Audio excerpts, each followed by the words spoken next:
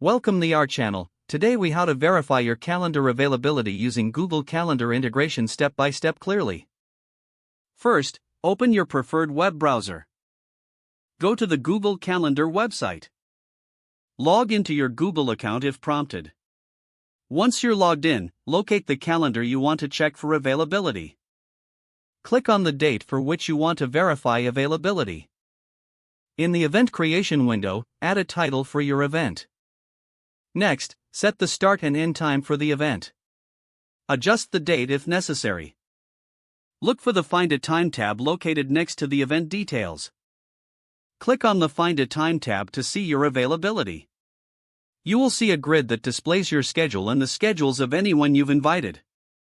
Check for free time slots where you and your guests are available. If your calendar is linked with other calendars, you may see their availability as well. If there's no conflict, you can proceed with scheduling your event. If there is a conflict, consider adjusting your event time or checking alternative dates. Once you're satisfied, click on Save to finalize the event. You have now successfully verified your calendar availability using Google Calendar. If the page does not load, refresh the browser or try again in a private or incognito window.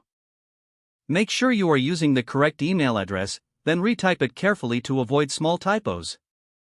If your password is not accepted, use the reset option and create a new strong password you can remember.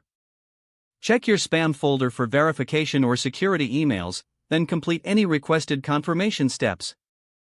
Enable two-factor authentication if available to improve account security and reduce unauthorized access risk.